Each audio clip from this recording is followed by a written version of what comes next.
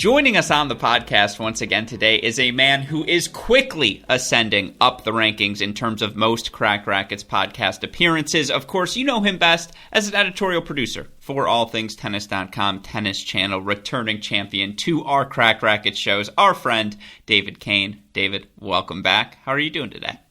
Привет, Sasha. I feel like I'm number one on the Cracked Racquets guest rankings. I don't know. We got to retabulate those points or see where I am on the live rankings because those are never wrong. Yeah, live rankings, it would always be saying new career high, new career high, new career high for sure. You would be a Redbox champion. But, I'm trying to think. It depends what qualifies to be on that list. Like full-time Cracked Racquets contributors like Chris Halliors, Matt Stakoyak, they've been doing it for so long. In terms of non-Cracked Racquets people, I mean, yeah, you're clearly top five. I would say you're up. You have surpassed some college coaches, which that's sacred ground here at Cracked Racquets, David. That's how fondly we feel about you. But yeah, it is great to have you on the show, and it's great to be able to talk about the tennis, right? Like slowly but surely, hopefully now. I mean, we'll talk about the press conference in a second last night, how funny that was in our lesson in supply chain management.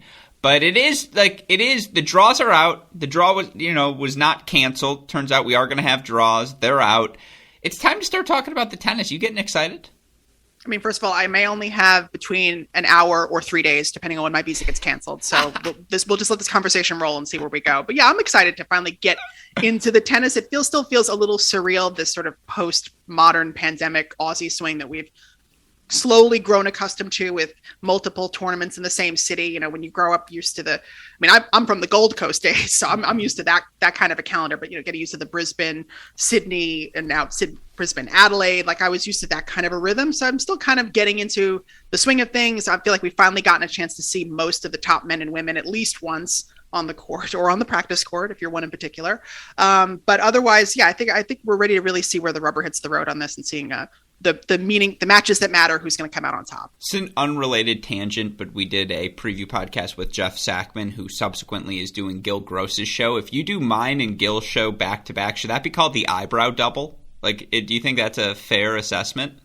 I mean, it's what I'm going to spend the rest of my career striving for. I'll tell you that. I mean, I'll probably have to Photoshop myself in an Australian background to trick Gil that I'm on site again, because that's the only reason why I got on last time. Yeah, he is. Tough scheduler, no doubt about that. That's because he only has to fill one show a week. You got to do 20 shows a week, you get returning champions. But that's not the only reason. It's a narrow spot between the eyes right there. I try to slip through when I can. Oh, exactly. Great hair, though. Great head of hair.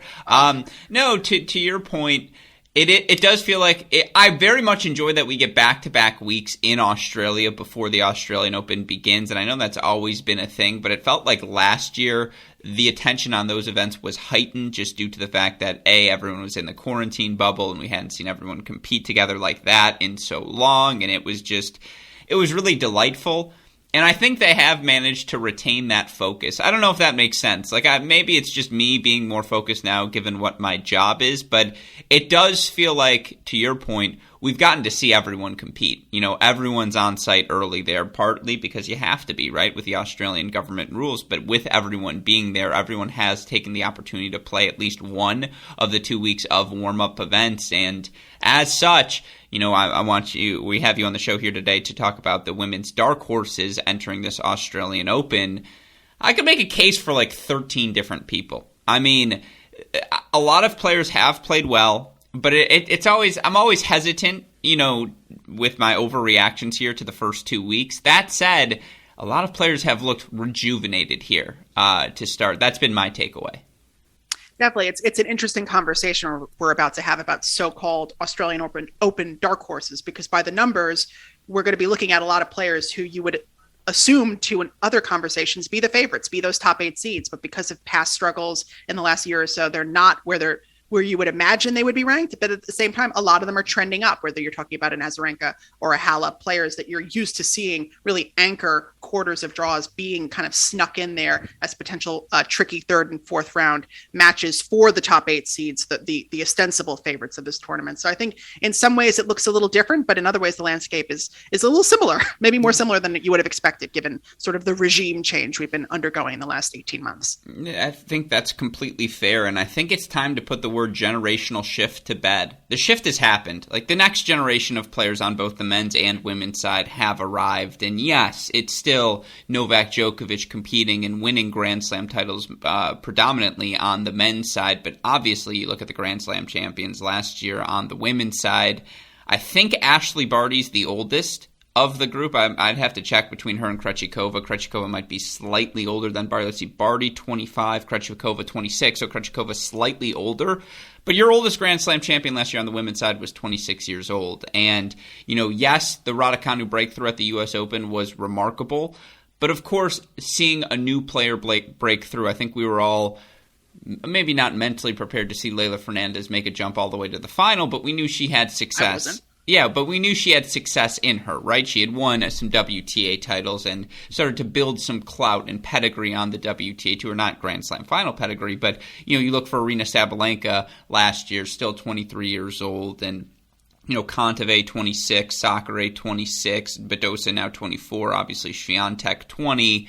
Even the old guard now, Muguruza, it really is. She's the oldest player in the top, Pliskova's the oldest at 29, but Muguruza, 28 years old. Like, none of those players are 30, A, but B, they now feel like the old guard, the veterans, and that there are a bunch of players, nipping at the bit to break through, solidify themselves at the top of the game. Case in point, Naomi Osaka right now, 14th in the world, justifiably. Like, I don't think anyone would say she deserves to be higher in the rank just given how few events she's played and given how well so many other players have played throughout the course of this season. With all of that said, well, I guess, before I get to my next question, what are your thoughts on that? Do you think it's time to we're not in the midst of a generational shift? The shift has happened? I mean, certainly on the men's side, I would say that's the case. I mean, I think we've really seen sort of the middle fallout in terms of the generations where, like, we're looking now at those younger 22, 23, 24-year-old guys, whereas the 25 through 29s have somewhat receded from the landscape, I think. We had Murray versus Goffin last night, and it's like, wouldn't you love to hear 2017's reaction? If you knew, like, oh, it's an early quarterfinal, 2022, Murray versus Goffin, how exciting is that going to be? And it's like 5 years later, unfortunately it ends with a withdrawal, and that wasn't shocking.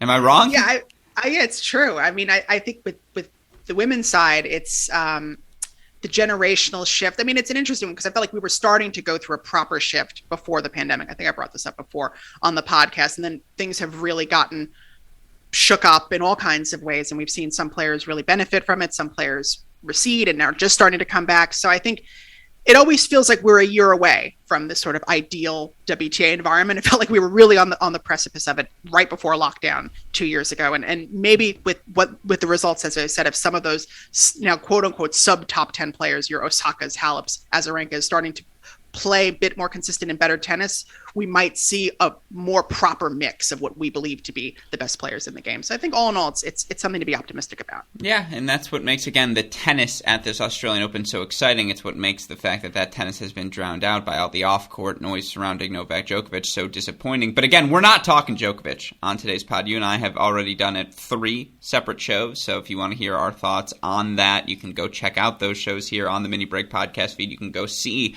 both mine and David's smiling faces on our Cracked Racquets YouTube channel as well. But again, why did I want to have you on the show today? To answer 2 questions. A, is there any age where it becomes inappropriate to continue to eat Eggo waffles every morning? I mean, I was about 25 or 26 when I realized that they were really too fattening to constitute a meal, like a healthy meal. I was like, oh, I'm going on a diet. I'm going to have a waffle or have a waffle or 2 in the morning. That's a great idea. And then I wasn't losing any weight. And I was like, it's probably because of the goddamn waffles. But I mean, in an ideal situation, if you could decorate them and smear some Nutella on them, there's no incorrect age for an Eggo waffle at any time of day, I would say. But don't make it a healthy breakfast. It's not part of a balanced breakfast. Well, I don't eat healthy. Thankfully, I have a lot of tennis. Well, I don't eat healthy. I say that definitively. I didn't mean it like, well, I do mean it like that. I don't eat healthily. Now, I am still 26, so that is a blessing. But the thing is, for me, I mean, this is so stupid. We're fortunate enough we have an exercise bike in our garage. And so when I'm watching tennis, I'm cycling away, and that's where I'm like, oh, okay, I can get away with this. I don't think there's anything I enjoy more than the new, what are they, the Belgian waffle editions, like the fluffy one, the thick and fluffies, Eggo waffles. I have like one a day. I mean, at least one a day. On the risque days, I'll go 2. but I would say at least one a day. And what is it? Pearl Mining Company now? Whatever the syrup brand is. You guys all know the bottle I'm talking about. Like, I don't know if there are things in life I enjoy more than, like, being like, it's my waffle of the daytime. Like, let's rock and roll. And I don't know how I'm going to be able to part with it. Like, I know, God willing, someday someone's like, yeah, let's start a family. And there are kids involved. And then they're going to be like, let's have Eggos. And it's just going to open Pandora's box for me again. And I'm like, at some point, what I'm asking is, so I do have to cut them out at some point. I would think, I mean, if you're going into them thinking, as I incorrectly did, that this was a low-calorie way to start the day, it's not going to happen. So, but I do wish you the serenity to one day Lego your Eggo. Yeah. I do hope for that. I will say this. Again, it's worth, if I have to work out to keep doing it my whole life just to enjoy it's worth it. Like, that's how much I enjoy Eggo time. Someone, for the longest time, I thought putting, margarine, butter, whatever your flavor is, I can't believe it's not butter sort of guy, on a waffle was overrated. I was like, why would you do that when you can just put syrup? And then someone introduced to me the idea of putting both on said waffle. And I was just like, brain explode. I was like, I was like, what? And he's like, yeah, just try it. And thankfully, I don't do that in my private waffling time. I'm just a straight syrup guy. But if you're doing that, you're in trouble because that stuff is crack. And I understand that. So that was question A, which, just so you know, we're recording this right after today's waffle time. That's why it's on my mind. And sorry. I bought groceries recently. It's a big deal in the Gruskin household, in Crack Racquets headquarters. But B, to talk about the Darkhorses on the women's side entering this Australian Open singles competition. And, again, the reason I wanted to talk about the generational shift, the relative age group of this group competing here in Australia, is because I think defining the term dark horse on the women's side in particular is so difficult right now. Now, obviously, we had 4 different Grand Slam champions last year, but if you want to, go by our definitions of dark horse, and just so you listeners know, what I asked David to do, come up with a list of 5. I said you can do 2 seeded players outside the top 10 seeds. You can do, a player inside the top 50, if you can give me a young gun as well, and someone outside the top 50 also to fulfill the list. I said really the 5th one's a wild card. You don't need that player ranked 33 to 50 because that's stupid. I did ask for the young gun and then I suppose 2 wild cards, but the reason I wanted to bring all of this up is because, again, what is your definition of a dark horse? Like, if you're going by the traditional definitions of just the seeding, Naomi Osaka could be qualified as a dark horse this year, and that's ridiculous. Like, Naomi Osaka is not a dark horse candidate. If she is healthy, if she's in the main draw of a hard court slam, I think Cracked Racquets listeners, who we know are the most educated, best informed fans in the business, they're not going to consider an Osaka win a dark horse run. They're not going to consider that surprising, right? Traditionally, you associate the term dark horse with surprise. I think that's really hard to do right now in the women's game because, again, I could paint you a picture where number 22 Belinda Bencic wins the 2022 Australian Open, and I don't think that would shock you. And yet technically dark horse. And so, again, what do you define as a dark horse, David? How difficult? I gave you some parameters, but how difficult was this exercise for you in delineating who a dark horse actually is at this point? First of all, could you imagine if after all that I was like, and my first dark horse is Naomi Osaka? You gave me a smirk that I was like, oh no, did I just belittle one of his picks? I was like, I'm so sorry.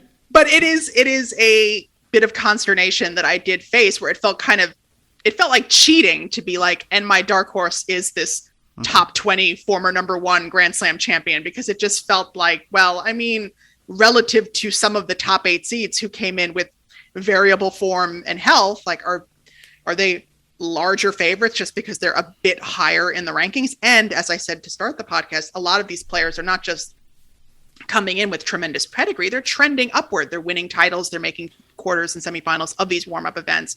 So they're all looking pretty good. And so in that sense, it felt like those players are more dark horses, are more favorites than dark horses. But at the same time, if you're making it, I think there is a clearer delineation when you're talking about a Naomi who is defending champion here and a 2-time Australian Open champion and seemed to be playing pretty well and that. But I think, I still think there are players who could technically fulfill that criteria, if only because what are words if not having a proper definition? And if you're going to look at a dark horse as someone who is ranked lower, then, you know, it's a happy day for a better, I would imagine. I don't know how that has all calibrated. That's a Cale Hammond question, how these, you know, sort of weird flipped rankings have contributed to sort of the betting landscape. Because if you're coming into tennis and looking at number 5 seed Maria Sakkari, oh, she's a top 5 seed, but, you know, maybe not looking as good as a Halep or even a Bencic, to your point. No, I'll give you some disqualifying ones. So, like, Naomi Osaka is plus 700. That's second in terms of the odds right now, according to our friends at DraftKings.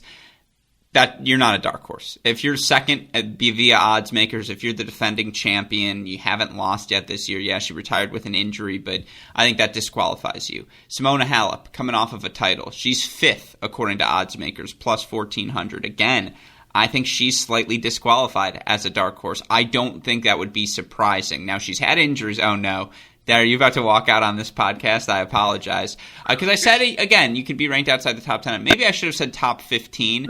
Because I got another person that'll I think will solve this unless you bring them up. Okay, well, Elena Rybakina. Like, to me, she's not a dark horse. Like, she can just straight up win the thing, in my opinion. I don't think that would be a shock. From what I've seen, again, eye test-wise, I would say she's been top 5, just most impressive I've seen of any performances, you know, over the course of the first 2 weeks. And again, it's a small sample size, but that power tennis this early in the year, you know, her continued improvement throughout the course of her career, I don't think that's a dark horse pick. Now, you know, Pavlyuchenkova, that would be a dark horse pick. Sonia Kenin, that would be a dark horse pick. Vika's the bubble case because does everyone, you know, we are 18 months removed from her being the second best player over 3 weeks in New York. And like, when you have a run like that in recent memory, she's a fringe case for dark horse pick. So I probably should have said outside the top 15 and not outside the top 10. But it is, I just think there's a lot of border cases. Like, I imagine Halep's on your list, given your visual reaction to me saying that. We can start there with her. I mean, make the case for why she's a dark horse.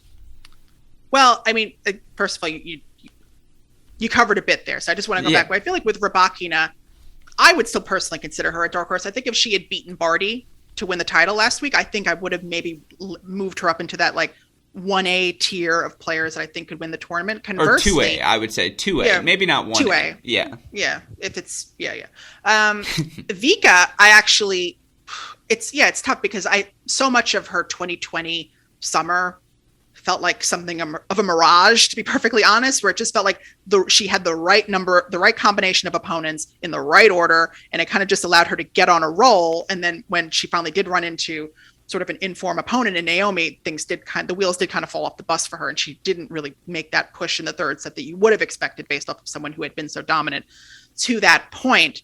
But why I would have listed Azarenka as the dark horse, which is actually the one that I will stick with that one, is largely based off of how she played at Indian Wells. I mean, the fact that she played that final as well as she did and played that week as well as she did, you know, that's a tournament that she's performed really well at in the past. I think that was, for me. And then coming into Australia, getting the revenge on Paula Badosa, who's turned around and played really great tennis this week in Sydney, I do up her chances a little bit. I feel like Azarenka, as someone who has only made one final at a Grand Slam in the last 8 years. I think when she made the final in Australia, that was in New York, that was the first one since 2013. So it's been a while since she's been that far in a slam, where there's a bit more recency with a Simona Halep. So I do understand why she would be considered maybe more of a favorite, less of a dark horse, just because her resume is so much more recent, winning those two slams in 18 and 19, whereas Azarenka's last slam was 2013. Well, the case I would make for why Victoria Azarenka is not a dark horse right now, and again, it's one rating, but you look at the Tennis Abstract ELO rating, she's fifth right now in overall ELO rating, and you look at just her results over the past, again, you want to go all the way to 2020 as well, 18-6 overall that season. You look for her on the hard courts in particular, 14-4, Cincinnati title or whatever, final of the U.S. Open, final in Ostrava where she gets knocked out by Sabalenka. You look for her last year, she was 18-6 on hard courts. Yes, loses first round to Pegula at the Australian Open. I think that's a loss that is appreciated in value. Her losses, by the way, on hard courts last year. You ready for this? Kontaveit, who she withdrew against. Pegula, Muguruza, who she withdrew against. Barty in 3 sets, Sabalenka, Barty, Muguruza 3 sets, Muguruza, who she withdraws against, Badosa 7-6 in the third at Indian Wells. I think we've done this in a past episode where you listed off Vika losses and asked me to rate whether they were good or bad. And I think a lot of them I did end up calling bad. Fair. Especially that U.S. Open one against Muguruza. I think that was one that was really a winnable one for her.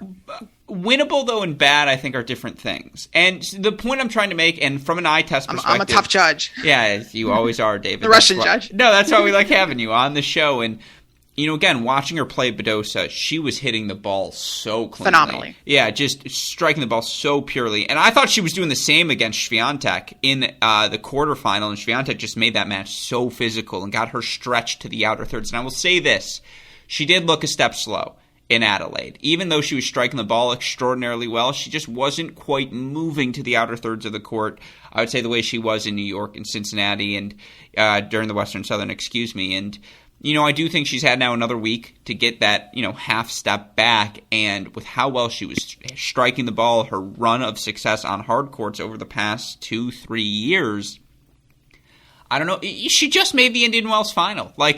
That's why it wouldn't be surprising. We've just seen her make a run like this, and so that's why it's fringe dark horse to me. Now, I'll look at the draw, and I have it in front of me. I'll look at it in a moment, but I don't I do think she can do damage, no doubt about that. I think if you're looking at Azarenka this year, there's absolutely a world where she makes quarterfinals, semifinals of this event. You look for her, she's in the Badosa Krejcikova section. It would be round of 16, I believe, against Krejcikova. Yeah, quarterfinal against Badosa. Her round of 32 match would be a currently not in form Alina Svitolina right now, who I think would qualify. That's another reason why I really went hard. She's got a nice section of the draw. Yeah, second. She should very likely to make the second week.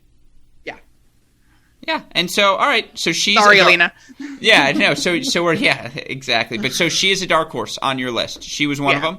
All right, I'll stand by that one. I could be convinced to bump Halep down or bump her up, I guess, as it were. Oh, I like that. But can I give you another? And it's not just a rapid reaction, in my opinion, to the success she's had here to start the season, but it's really a reaction to the success she's had over the last 18 months. And I think she does fall more squarely in the dark horse candidate. Do I think she can win the tournament? No, not really. Do I think she can make a quarterfinal sort of run, knock out a seed or two along the way, and she's going to have a particularly tricky, I believe, third-round matchup as the seed? I'm, of course, referring to Daria Kasatkina, who, in my opinion, it hasn't just been here to start the season, where, of course, she makes Melbourne semifinals before getting blitzed by Anisimova, but has beaten Kenin, Mertens, and Muguruza this week in Sydney. You look for her over her last 52 weeks, David, 42-19. Over that run. So she's winning 70% essentially of her matches. You look for her on hard courts in specific 30-11, winning 73% of her matches. She's, holding serve at career high percentages, breaking serve near or at her career high percentages as well. And something I've noticed in particular, there's just a difference to her game style than some of the other game styles you see at the top of the women's game. Her ability, her fluidity, just everything about her game is elastic. And her ability to stretch you in the outer thirds of the court against Muguruza, she did such a good job of changing directions, hitting behind Muguruza, going short angle to open up all the space down the line. She's athletic enough as well to absorb some of the big hitters, and I thought she did a really good job of absorbing that first strike of Muguruza. Of course, she's fit enough to match up with the Haleps of the world, the Swiateks of the world. Now, Swiatek would be her third-round matchup, and I think that's a particularly difficult one for her because Swiatek's got the combination of big weapons and fit enough to hang with you physically, so I just think that's a tough combo for her there. But I like Kasatkina's game. The second serve hangs, yes, I know. But, man, she's just an athlete. I think her and Tommy Paul are very similar players, and I think Tommy Paul would be on a lot of people's men's dark horse list. And, again, they're enjoyable to watch. And I think Kasatkina's playing well. She's fit. And it's just a little different. She can do a lot of different things. See, I would compare Kasatkina more to Swiatek than I would to Tommy, although that's maybe a bit of my ATP inexperience, but I feel like Tommy is a bit more of a flat hitter, no? Than I don't know, that forehand's kind of loopy. Like, again, they're very similar in the way they go. Yes, they can both hit the line drive on the forehand, but they like to hit the high and heavy balls. They like to go down the line. They like to mix in the slice as well. I think they're pretty like. I think Tommy's a little bit more aggressive and moving forward than Kasatkina is in the way. Just I think there's more net action in men's tennis than there is in women's tennis. But I think there's a lot of foundational similarities between the two. Yeah, I mean, I would say that, it is interesting at least to compare Kasatkina and Swiatek. It feels like in many ways Kasatkina is sort of like the proto-Iga, just a few years, like the slightly newer model.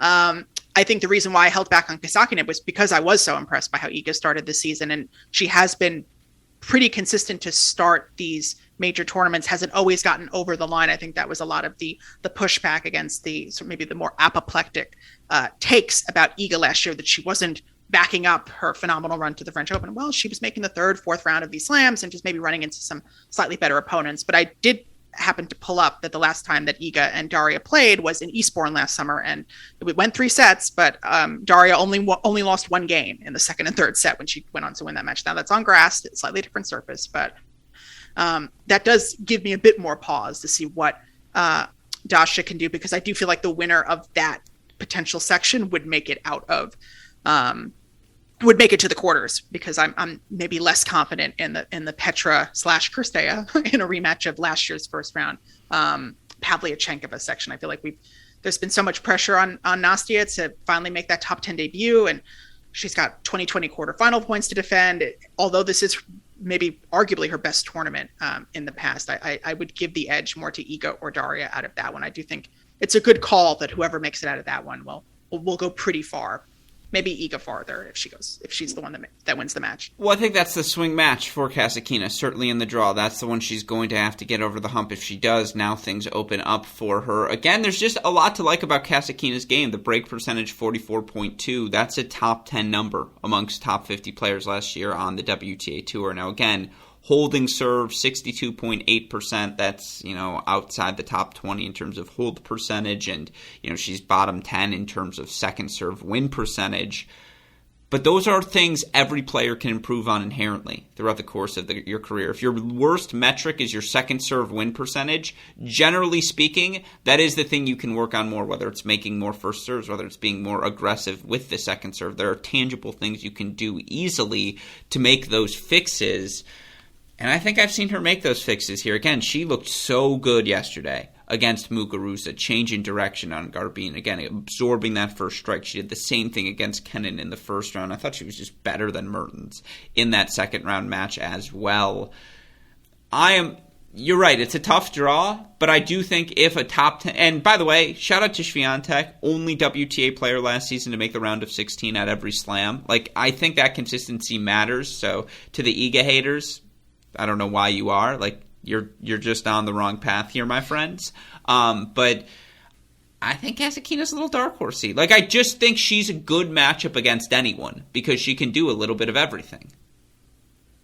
Yeah, I mean, it's definitely going to be one of those tennis tastemaker matchups. The player, the intelligentsia who like watching that more crafty, point constructy tennis. Maybe not necessarily my first choice, but I can understand why people like it. You can't spell intelligentsia without A-L-E-X. So, with that in mind, when you spell it the right way. With that in mind, David Kane, give me your next dark horse pick. I didn't mean to poo-poo Halep, by the way. No, I'm glad to switch it because I think this one maybe is a bit more interesting. My dark horse would actually be Belinda Bencic. My second one as a sub, I always like a Bencic talk. Yeah, much was made about this Barty-Osaka section and how tough it was, and I feel like a lot of that emphasis was kind of inappropriately and equally distributed, where when you're looking at the Barty section out from the first to the fourth round, maybe not a ton of opposition, maybe an inspired Camilla Giorgi, who did play phenomenal tennis last summer to win in Canada, but no sense that potential form is coming, although we never do know when it's coming, so it might end up coming for Barty when she least expects it. But I think the Osaka section is really brutal. Starting from Camila Osorio in the first round, potential second round against Anisimova, or rather, against Yastremska, potential third round against Anisimova or Bencic. I talk about another bellwether match. The Anisimova-Bencic second round could be potentially really huge. I mean, it would be an opportunity for Anisimova to get back in the big time, get a rematch against Barty, a rematch of the 2019 Roland Garros semifinal that I will never stop talking about.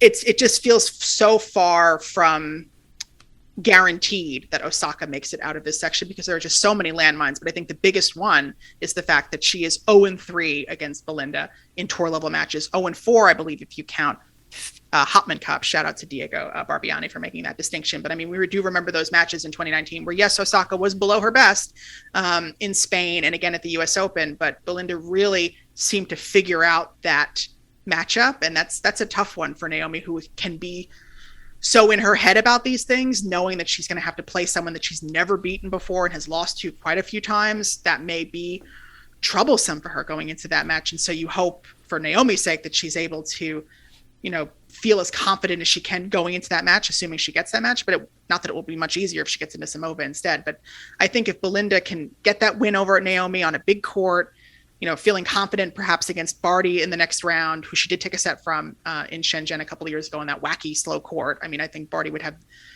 Bencic would have a better shot on a slightly quicker court, which the Australian Open will afford her, as anything would be. But yeah, I think this is an opportunity for Belinda, who has made some really deep runs at majors before. And so I think this is one where it feels like the attention really won't be on her heading into the tournament. And so that may play to her advantage as she maybe potentially sneaks up on Naomi. Belinda Bencic, 27-10 since Berlin last season, and obviously wins the Olympics, finals of Berlin, and quarterfinals U.S. Open as well. And I really thought she was the best shot at, if anyone was going to knock out Raducanu, it was going to be her. She's unable to do it, but yeah, she beat Iga there. She beat Pegula there. Was playing really good tennis, striking the ball so well once again. She's just finally healthy and fit and moving well, and she's never going to be the most fluid mover. Obviously, she wants to be playing front foot tennis and striking the ball early, and her ability to take that ball on the rise, change direction with it, knife these balls, short angle, cross court.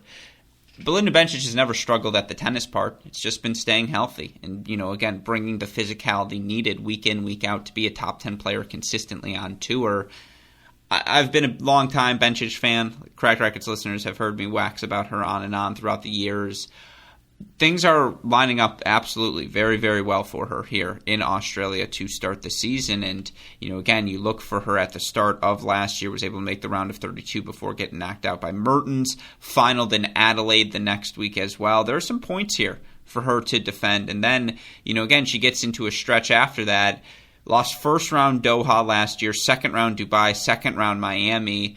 This is an opportunity for Belinda Bencic to make a top 10 push. Because she's got plenty of points stashed at the end of the season. But if she can make a big push here on this hard courts, again, I don't think we'll be talking about her as dark horse come the U.S. Open, come Wimbledon, if healthy. It's a good pick. I'm glad you brought her up. And because, again, some other low-hanging fruit, that's the term of, I suppose, the century for us here, or the term of the week here at Cracked Racquets. You look for Belinda Bencic. Hold percentage last season, 75%. That's a career high for her and was a top 20, top 15 sort of number. She broke serve 29%, which would be a really good number on the men's side, but is an atrocious number on the women's side. And it's below the top 50 average. I'm pretty sure it's 48th amongst top 50 players. It's just not going to cut it. And Belinda Bencic foundationally is too good of a tennis player. And I understand it's honestly a little Isner Opelka-ish equivalent in just the way she goes for her rips on that return of serve and just goes for broke. And just sometimes you just think, and I know she knows this, it's just like, you don't need to do that. You didn't need to paint the corner. You could have just played with depth there to open up the second shot in the rally. And I just feel like, again, it's a low-hanging fruit of improvement for her. Just be a little bit more disciplined and precise on that return of serve.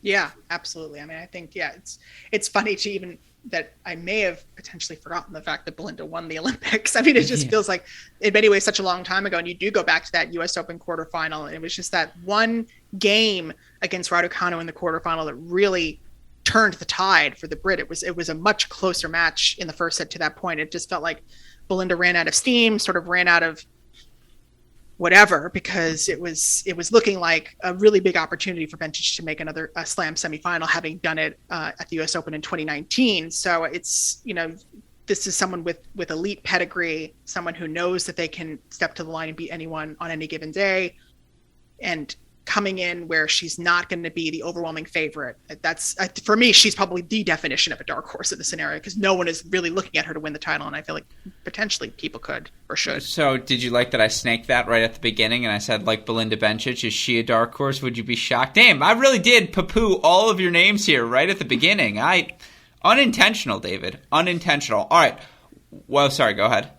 No, like I said, it's a rough one, because like, to look at the top 8, it's a much more interesting conversation, these quote unquote dark horses, than the quote unquote favorites, because really it's Barty and no one else really in the top 10. I mean, obviously there's been some good play from Kontaveit, from Badosa. Muguruza lost. Got to see how Krejcikova finishes the week, if she's still playing. She is. Yeah. Okay, she won like 2-0 yesterday. Okay. Yeah. The Australian Open dark horse, Krejcikova. Yeah. No, I mean, I agree with you. I do think this one is more fun. With that in mind, I've got 3 names to throw at you here. All Americans. You can pick the one that's most intriguing to you. There's going to be a lot of Anisimova love coming off of a title. It's going to be a very popular pick. She is the third, I would say, the third most impressive American that I've actually seen thus far compete. And I think she's tied with Shelby Rogers. I thought Shelby Rogers looked so good in week 1. I thought she was moving well. I thought she was striking the ball so cleanly. I think, she's got quarterfinal points to defend. I didn't look where she's at in the draw. You can fill in the blank for me there. But the 3 Americans I'm locked in on from a dark horse perspective, Anisimova would be the obvious case. Madison Keys has looked so exceptional this week. And for the first time, she's had issues with her health and, had COVID at times last year and just was never able to find her rhythm at any point of the season. She looks better in 2022 to start this year. She's played better tennis here than I think I've seen her play since maybe 2019, 2018. Just how cleanly she's striking the ball. She's been broken once in her 3 victories. And, last night, outpower tennis Samsonova. And, of course, if you've had weapons in the past to hurt Madison Keys, not allow her to get into her +1 playing, you've been able to, stop her run. Samsonova had some success, but Keys just outplayed her. And Keys was swinging, again, so well off of both wings, was moving well. I think she's been fantastic. I also think, it was a first-round match, so it didn't get the hype it probably could have. But, let's not forget Coco Gauff was up a set and a break on Ashley Barty in that first-round match. And Coco Gauff has steamrolled this week, as well as she finds herself in the semifinals, beats Anna Konya yesterday in straight sets, and just is serving well, seems to have just hit another gear from a movement perspective. Oh my God, is she fluid around the court and just can go from defense to offense, can do so many different things. All 3 Americans intrigue me, and again, Shelby belongs on that list, so I suppose I'll throw a 4th one in there. All 4 Americans intrigue me. Which of the 4 are most dark horsey to you? Well, first I want to know where Gauff is in. So she would play Madison Keys 3rd round, and Keys plays Ken in 1st round. So yes. It's that little section. Okay, so can I be honest? Please. No, lie to me. Lie to me. I've been so demure thus far. I have been on the journey with Madison Keys literally since day 1. I was on Louis Armstrong Stadium when she nearly beat Lucy Safarova at the 2011 U.S. Open, and she was, 8-9 years old, I forgot. But I just feel like we have been through this for over a decade now with Madison Keys, and I gotta tell you, I am sick of it. I just feel like she is, brutally talented, tremendous athlete, fantastic person, really easy to talk to. I don't buy her as a dark horse here. I just don't. I just feel like, you look at who she's had to beat to make it thus far this week in Adelaide. A flagging Svitolina, Teresa Martinkova, a Samsonova who is still very up and down and relatively unproven week in, week out. I think the Coco Gauff match, if she beats Coco and really crushes her, then maybe I'd be looking at her. And I certainly would give her the ups to beat Sonia Kenin, which is going to be a rough one for Sonia. The points are about to fall off her ranking. It's just like a cliff. But I really want more data on Keys before I go in. I think she's just so easy to root for so many of the reasons that I just said. She's a phenomenal ball striker, and I think it's so easy to get seduced by that power and that technique, and you just feel like that, wow, if she could just put it together, anything is possible. And thus far, I mean, it's really been the same thing has been possible throughout the decade. I think, her peak was obviously in 2017 when she made that US Open final. And I think what always holds me back about Madison is sort of, one's greatest strength is also their greatest weakness, where, Kim Clijsters used to get the dig that she was too nice. I do feel like in many of these tough situations, Madison lacks that killer instinct, and which is so seemingly at odds with her brutal game. I mean, you just would expect someone who hits the ball as hard as Madison to not be as soft, for lack of a better word, in these tough matches, in these key moments. She's usually the one that folds. And so she's not one that I'm looking at necessarily at the draw and feeling like, wow, she's got it. Because conversely, Coco Gauff, for all of the potential pitfalls in her own game, wacky forehand technique, still sort of like growing into herself. I mean, hopefully it'll be so fascinating to be able to talk about Coco in 5 or 6 years and be like, hey, remember when she was that gangly teenager and she's really, grown into herself. But I think what's so important for Coco now that she continues to take into these tournaments is just that phenomenal mental strength and belief that she can go up to the line against Ash Barty and potentially beat her. And yes, Ash figured out the match and won it in the end, but that's someone who that kind of energy is where I tend to go behind, because I feel like that carries you so much farther sometimes, or most times, than just raw talent. Because I feel like Madison's raw talent has been so hard to ignore over the years that people tend to go really big on her. And she really hasn't delivered. And she's had so much time and so many opportunities to do it that it's rough for me to put her in the same conversation, certainly as a Bencic, or even an Azarenka. So let me just make the case quickly. A, how old is Madison Keys? Let's see if you can guess this. Top of your head. 26? 26 years old. That's smack dab prime in the career. Yeah, shout out to you, DK. What, did you work for the WTA or something? What do you think she's ranked right now? She's not seeded. So, 42? 70. She is ranked 70th right now in the live rankings. That's too low. She's better than that. And just, again, from a fitness perspective, I'm telling you, she is fit again. She is healthy, and Samsonova played well yesterday. Samsonova was striking the ball extraordinarily well, was serving well. Yes, there were errors for both players, and yes, we didn't get a lot of, 5+ shot rallies.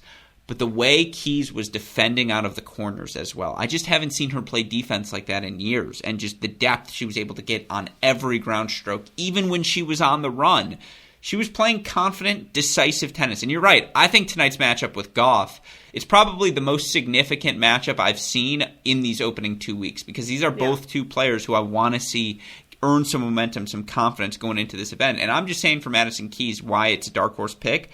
If she beats Kenin in round 1, I've beaten the seed now. That's just a confidence-boosting win, even with the context of, yes, we know Kenin hasn't played much in the past year, but still the context of, I just beat the 11 seed now or whatever. Now I've got some momentum on my side.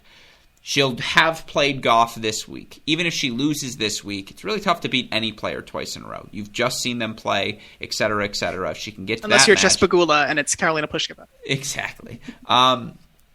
And then I think once you're in the 4th round, she would have beaten 2 seeds. Like, at that point, now she's playing good ball. Like, I think the week opens up for her well to build momentum into it and then be confident heading into week 2. And then again, it's very much an eye test thing. She's only been broken once.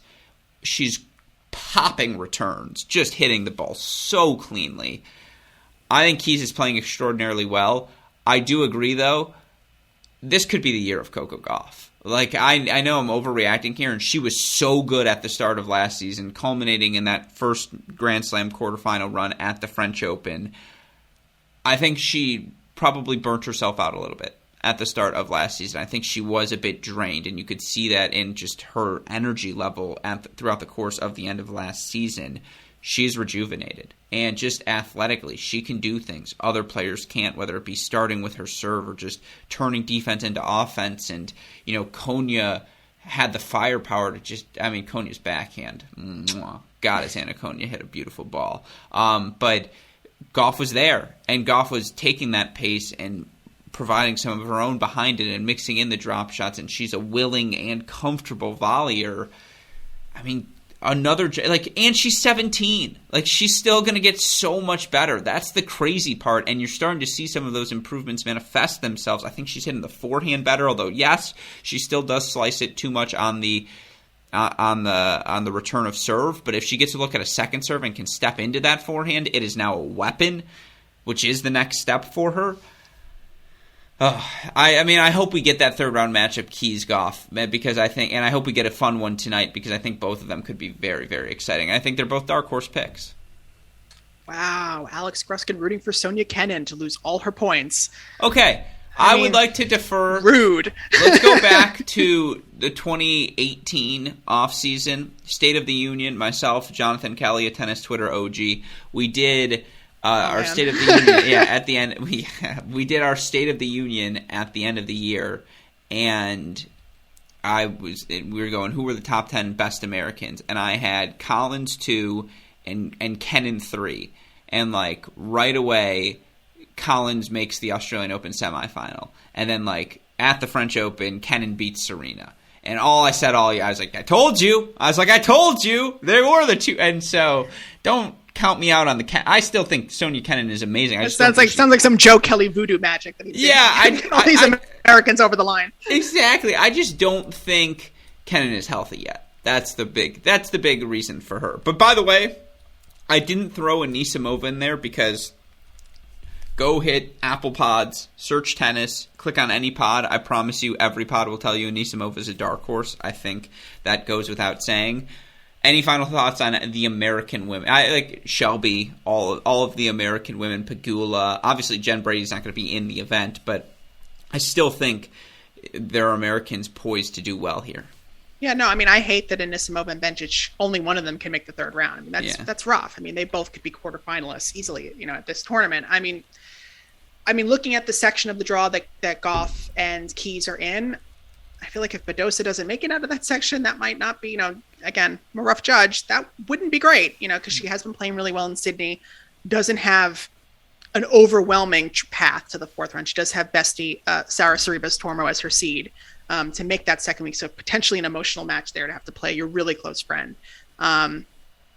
If Keys is playing phenomenal, playing that unhittable, unwinnable tennis, unbeatable tennis, then hats off. But I still feel like with momentum, this is a section that Badosa should make it out of. But potentially, like to your point, some really good first week stories. But again, with Coco Gauff, I do want to add that it's been such a roller coaster with her. I feel like we've gone from Coco Gauff, potential Grand Slam champion, to Coco Gauff can't hit a forehand, to now Coco Gauff, like mental giant. Like it feels like, I do want to clarify that that's relative to who I feel that she's playing. I do feel like she's trending up but maybe not exponentially going up and down every week. It feels like that is sort of the pitfalls you run into with a younger player. There is recency bias, like based on the last tournament. Oh, she's trending down. Oh, she's not going to do it. Oh, well, she's phenomenal. She's a future champion. And that's just the rough part of being a 17-year-old, in this field. We have a decade to analyze and assess you. But I think overall,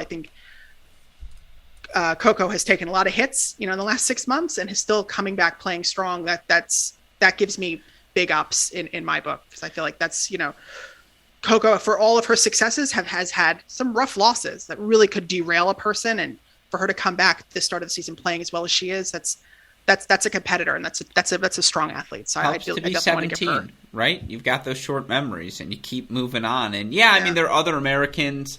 Sloane Stephens was playing really well to end last season. Yes, she was off getting married, but I'm sure she had good preparation this offseason. Will be ready to rock and roll. And Claire first round Liu against Raducanu. I mean, I tweeted it last night. I was like, that's a prime example of a match of why I would never bet on tennis, because I could make an argument for every conceivable score in either direction for that match, because Raducanu is maybe, been playing better the last few months, but also Sloane, would be the underdog in that situation. But also Sloane is Sloane, there's just so many ways you can argue that one that, and I feel like we've been overdue a deep run from Sloane at a slam. So if it happens here, more power to her. Certainly the scene of the crime, as it were, from when she made her first semifinal in 2013.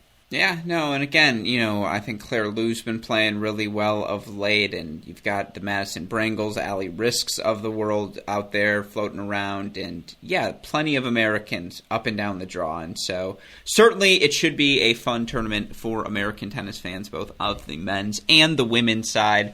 All right, with that said, David, hit me with the other names on your list. Who else you got? Who's next? I feel like you tricked me into an American segment, but yeah, it was inevitable. It was inevitable. You Scott Morrison'd me. I didn't know what I was coming for, but who are my other picks? I mean, there are some funny potential first rounds where I feel like, either whether it's a Kaya Kanepi in the first round against Angelique Kerber, who has not played to start the season, even though Kaya has not been winning a ton of matches in the last few months. I mean, it's Kaya Kanepi in the first round of a slam against the seed. You always got to look at her. You look at wild card Storm Standers in that same section, taking on number 2 seed Aryna Sabalenka, who, since we have potted last, still has not found her serve and has only gotten worse in the delivery. I mean, in what will be a very partisan match, that's a rough one for Aryna, who's just coming off the trauma of having to play, fan favorite Leylah Fernandez at the U.S. Open, to now have to play an Aussie in Australia. When you're not serving great, that's going to be a rough one. Who are my other dark horse? I mean, my youngster is like a pretty obvious one, Clara Towson. I mean, she's got Kontaveit in the second round and has Astra Sharma in the first. I feel like that's a winnable one for Clara, and this is an opportunity for her to finally do it on the big stage and get that big win. She's come so close and has had opportunities in the last few slams. For me, this is as good a time as ever for her to do it. Annette Kontaveit has been playing some really solid ball and has seemingly gotten better with each match, but still, it's still a relatively new situation for Annette to be a top 10 player, and that would be a real fresh opportunity for Clara to take advantage of. I think two names that will be on everyone's list are Clara Towson, who of course won multiple WTA titles last year, and had to withdraw with injury in her warm-up event, but feels like has been on the cusp of the breakthrough ever since she beat Brady at the French Open, 9-7 back in 2020. Another American I meant to mention is Ann Lee, of course, who's in that Clara Towson qualification, going to be popular on a lot of lists. If Lee beats Xin Wang and can get through, and if Sabalenka offers her 30 double faults, we're going to be talking about her heading into the third round. Like, that's very much a name. Can't you see the Tennis Channel Desk segment already where they're doing the Ann Lee special, and Lee was injured in the spring of 2021. Lee suffered a shoulder injury that kept her out of play. After that, it was very frustrating to... Yeah, that's me doing the impression. Was that your Stevie Weissman impression? No. Before you went to Ann Lee? Yeah, I don't even know what that was, to be honest. T-dubs. Yeah, exactly. That shows you where my brain's at this point. Some other ones, I think, just from a draw perspective, again, names we could be talking about. If Jill Teichmann beats Azarenka in round 2, and Teichmann's got to get there first as well, as I believe she's got Petra Martic round 1, but if she gets through that, Svitolina's not playing her best tennis. I don't think Svitolina played poorly against Keys. I think Keys was just lights out, but that feels like a winnable match. And then, again, after that, you would get potentially an Ostapenko, a Krejcikova. It does feel like there's a world where we see a Teichmann run at this event. Anna Konya's draw is just so brutal. Shelby Rogers round 1, probably Collins round 2, and then likely Kontaveit or Towson round 3. Like, that's just brutal, but she's a name playing well. The last I got another one for you, but go on. No. Because I was going to say I've got one. Well, I've got 3 more names on the list, but only one more I want to talk about seriously. So give me your final name. I had somebody else, I think, or it might have been this one to begin with, and I forgot her. This is why you should always write things down. But I'm going to go with Alexandra Sasnovich, who could potentially play Sakari in the second round, is in the on Jabeur-Sakari section, which, based on how Jabeur and Sakari have pulled up to start the season, not confident either of those two make it to the fourth round, but Sasnovich loves playing in Australia. This is, a potentially really great match. I'm waiting for, as I tweeted a few weeks ago, waiting for the Aussies to really adopt Sasnovich and give her a fun, culturally appropriate nickname like Sassa or something. I feel like she's overdue that. But she's definitely one I feel like can finally cross the threshold to make a deep run at a slam. Yeah, I think that's a good name. I'm on the Kaya Yvonne bandwagon. I think it reminds me a lot of Bencic. Like, there's a lot of Bencic in Yvonne. Yeah. And so if she's striking the ball well, and I think she's a little more fluid, I just don't think she has as much power. But anyways, she's playing good tennis. we forget. It's not that we forget, just a lot happens in between. Donna Vekic, when we last saw her, was winning a WTA title right at the end of last season, and obviously has been a top 30 player and is unseeded in this event, I believe. Faces, Ali Risk round 1, would then have Ostapenko, Loshmadova round 2. Both winnable matches for her, no doubt. That could be a storyline heading into the third round. But then the last one, and it's not exactly a dark horse because she's seeded and she just won the silver medal and she has made a Grand Slam final. But I'm in on the Druce. Like, I think Marketa Vondrousova is just vast. Like, somehow she's fallen out of the conscious of, hey, we've got all these young players, right? The Kennans of the world, the Osakas of the world, the Andreescu's, Raducanu, Leylah Fernandez's, Sabalenka's. It's like, well, you know, Vondrousova also made a Grand Slam final. Like, let's not forget. And I just think there's a physicality she brings. Like, everything I said about Kasatkina, I would apply to Vondrousova. The difference being Kasatkina will go big down the line. Vondrousova will throw in a backhand drop shot. Like, that's the fundamental difference. They'll shape the points the same way. It's just ultimately their finishing shot is a bit different. But there's a physicality Vondrousova brings that in Australia is always required. And I just again, Priscilla Hahn round 1. Yeah, Hahn had the big victory over Kvitova, but that's a very winnable match. Samsonova round 2 is Danger City, but if she can get through that, an Ann Lee or a Sabalenka third round, it depends which Sabalenka we see. I just could see Vondrousova making a push here. Definitely. I mean, she's probably, other than maybe Leylah Fernandez, the seed that I am most confident in potentially seeing in the second week. I think just based on the way what we have seen from Sabalenka and what we haven't seen from Kerber, you got to give the advantage to the lower seeds in this situation. I still feel so traumatized by Vondrousova because there was that phenomenal clay court season that she had to make that French Open final, and really believed that she, if you asked me to pick between her and Krejcikova, I certainly would have given more of a shot to Vondrousova to win the French Open before her run than Krejcikova at hers 2 years later. There was something about how when she just stepped to the line and, she's, not the biggest or strongest girl on tour, and you just saw something about the way she stepped on the baseline. I said, oh no, she's about to get destroyed. And she did. Barty really had her way with her for those 2 sets.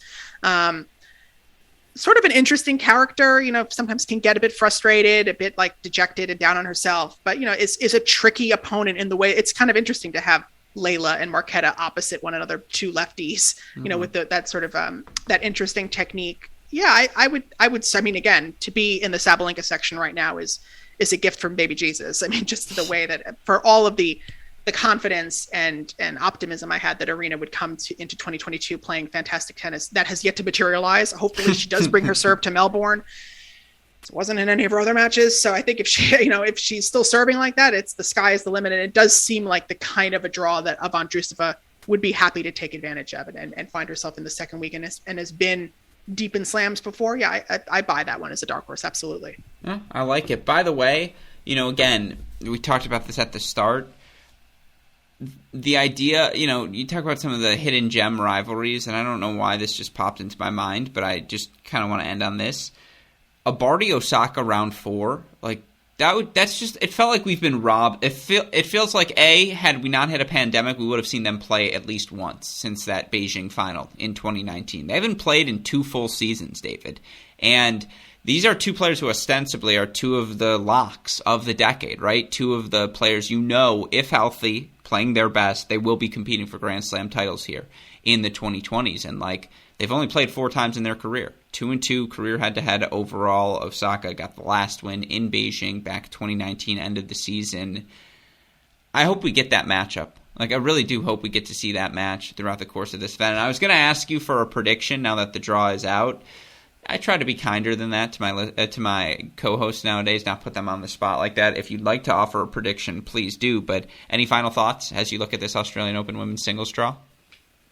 On Barty Osaka, I like I said, part of me feels deeply unconfident that we'll see it. But yeah, it's interesting. Last year, especially, we did get to see sort of the development of the Sabalenka-Barty rivalry and to see Arena figure out how to overcome that game in seemingly stages after having figured her out earlier, had to kind of relearn how to beat this new and improved Barty from Miami to Stuttgart to Madrid, where she finally did get the win.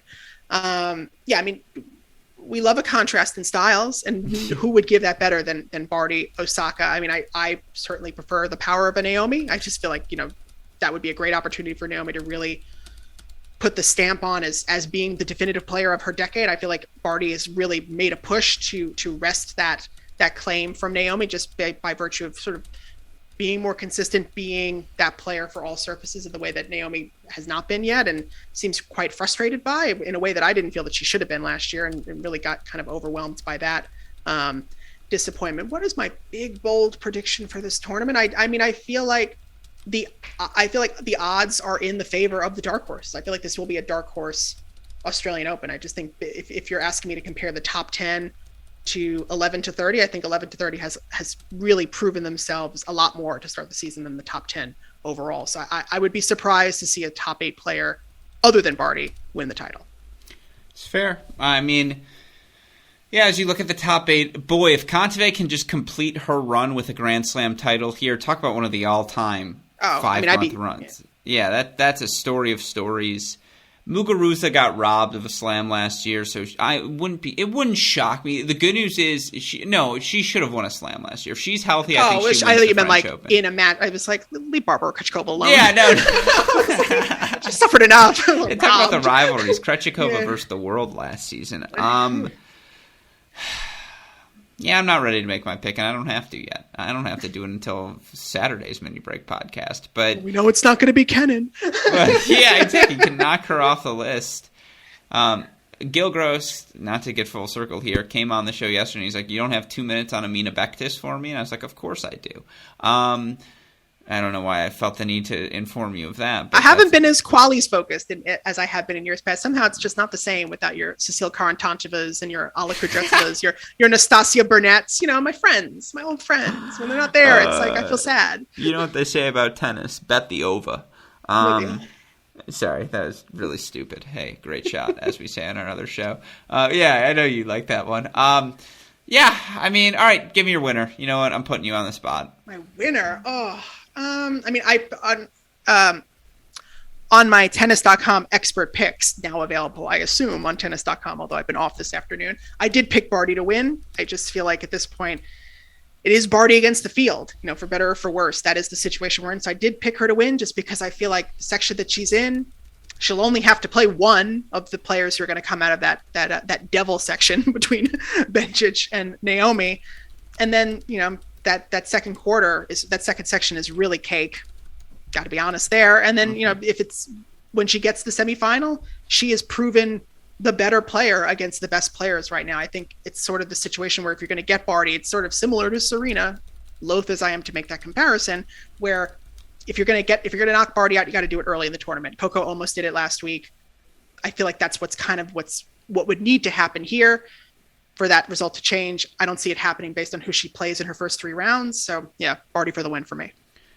It's a fair pick, David. Well, with that said, what can we expect from you over the course of the 2 weeks, other than I'm locking you into at least one mini break podcast, maybe per week. We'll see. But at least one. But what else can we expect from you throughout the course of the 2 weeks?